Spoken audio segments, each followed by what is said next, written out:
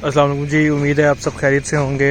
मेरा नाम इंजीनियर अदील जाफ़र है और आज हम जिस साइट पे आए ये हमारी फ़ज़ाइया हाउसिंग स्कीम में एक कनाल की साइट है।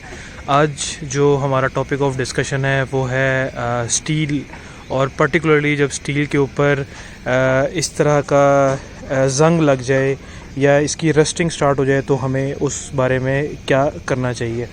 इसके अलावा आप देख रहे होंगे कि यहाँ पे हमारे कुछ स्टील कॉलम्स भी हैं जिन पे रस्टिंग जो है वो हुई है। मैं आपको अभी दिखाता हूँ। ये आप देख रहे होंगे जिस तरह ये हमने कॉलम्स निकाले हैं। अभी इस वक्त हमारे प्रोजेक्ट की शटरिंग हो रही है और हमने ये कॉलम्स निकाले हैं और आप ये देख रहे होंगे कि स्टील जो है वो हमारा ब्राउन से कलर का, ऑरेंज से कलर का जो हुआ है। और ये अगर आपको नज़र आ रहा होगा तो ये हमारी रस्टिंग भी हो रही है। ठीक है, ये आप देख रहे होंगे कि ये दाने दाने जो हैं वो हमारे गिर रहे हैं। इसी तरह हमारा वो भी कॉलम है और वो भी हमारे जो है ना वो गिर रहे हैं। हाँ, तो मैं आपको बता रहा था कि ये जो रस्टिंग है ये इसकी टेक्निकल डिटेल्स क्या हैं और ये क्यों होती है और उसकी वजह क्या है।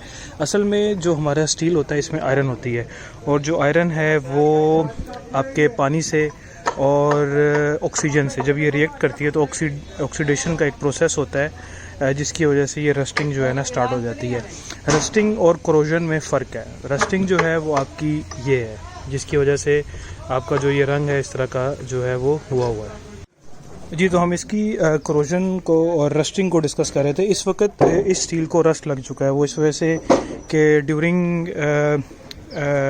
ड्यूरिंग कंस्ट्रक्शन काफ़ी ज़्यादा जो है वो बारिशें हुई हैं और काफ़ी ज़्यादा बारिशें होने की वजह से और नमी होने की वजह से इसको इस टाइम रस्ट लग चुका है। बट ये रस्टिंग बिल्कुल भी नुकसानदेह जो है वो नहीं है। उसकी वजह ये है कि जो रस्टिंग है अगर आप देखें स्टील और कंक्रीट का जो बॉन्ड है वो उतना अच्छा बनेगा जितनी अच्छी इन दोनों के अंदर जो फ्रिक्शन होगी, जितने ज़्यादा ये रफ़ होंगे उतना अच्छा जो है कि स्टील और कंक्रीट का बॉन्ड है वो बनेगा। इस टाइम जब रस्टिंग हो जाती है तो ये काफ़ी रफ़ हो जाता है। ठीक है, आप देख रहे हैं इस टाइम पे काफ़ी रफ़ है और इसकी सरफेस अगर आप देख रहे होंगे तो काफ़ी रफ़ होती है। तो इसका कंक्रीट के साथ जो बॉन्ड है वो बड़ा अच्छा बनता है। लेकिन ज़्यादा रस्टिंग होने की वजह से कोरोजन होती है। कोरोजन होती है कि उससे स्टील का डायमीटर जो है वो कम होता है। स्टील का डायमीटर कम होता है और स्टील के ऊपर पपड़ियाँ सी बन जाती हैं और वो पपड़ियाँ अगर आप हाथ से उतारना चाहें तो वो हाथ से भी उतर जाती हैं। ठीक है, जिसका नुकसान ये होता है कि स्टील का डायमीटर कम हो जाता है, उसकी स्ट्रेंथ पे फ़र्क पड़ता है। अगर ये जो आप देख रहे हैं ये निशान, इन निशान को रिब्स कहते हैं। अगर तो ये रिब्स अपनी असली हालत में हैं, ठीक है, अगर आप चेक करना चाहते हैं कि आपके स्टील को कोई मसला नहीं हुआ है, अगर आप ये देखें तो ये जो रिब्स हैं ये इस वक्त आपकी बिल्कुल ठीक हालत में है और इनका डायमीटर बिल्कुल भी कम नहीं हुआ है और इनके ऊपर किसी किस्म की कोरोजन नहीं हुई है। तो ये स्टील अच्छा है अपनी कंक्रीटिंग के इस्तेमाल करने के लिए, बल्कि ये आम स्टील से ज़्यादा बेहतर जो है वो आपको जो है वो बॉन्डिंग स्ट्रेंथ देगा कंक्रीट के साथ।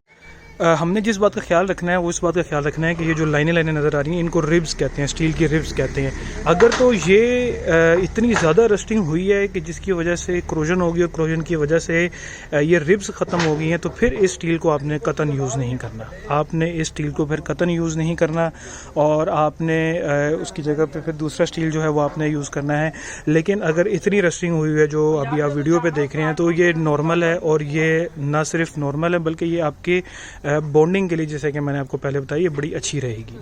और ये पिछले 3-4 दिन लगातार बारिशें हुई हैं जिसकी वजह से इतनी घास आ गई है और आपने कोशिश ये करनी है कि जब आप स्टील परचेज़ करें, चूँकि प्राइसेस बढ़ रही थी तो हमने जो स्टील है वो एडवांस में ही परचेज़ कर लिया था। ये तकरीबन हमारा 9-10 टन जो है वो स्टील पड़ा हुआ है।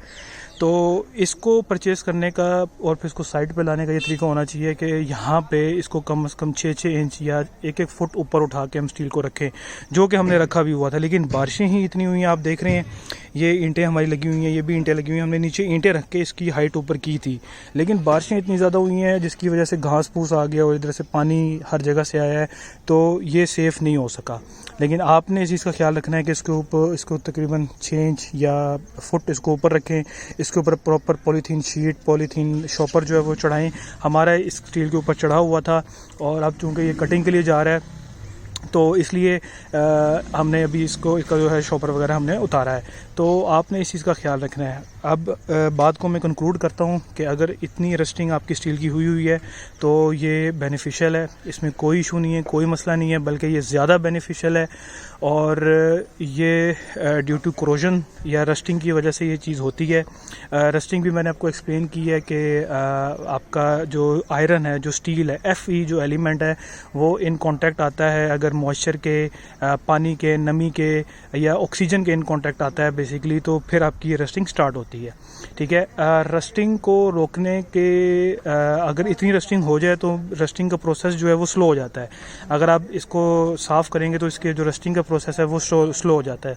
अब क्वेश्चन आता है कि अगर कोई क्लाइंट ये चाहता है, कोई बंदा ये चाहता है कि मैं इसको भी साफ़ करके लगाऊं, तो हमारे पास स्टील ब्रश आते हैं, हमारे पास कई मेटल क्लीनर्स आते हैं जिसको हम यूज़ करके इसको साफ़ कर सकते हैं। लेकिन अगेन आपको ये स्टील प्रोजेक्ट में यूज़ करने में कोई दिक्कत या कोई परेशानी नहीं है, आप इसको बिला झिझक यूज़ कर सकते हैं और आप इसको मज़ीद जो है इसकी स्ट्रेंथ में, इसकी मजबूती में किसी किस्म का भी कोई फ़र्क नहीं आएगा।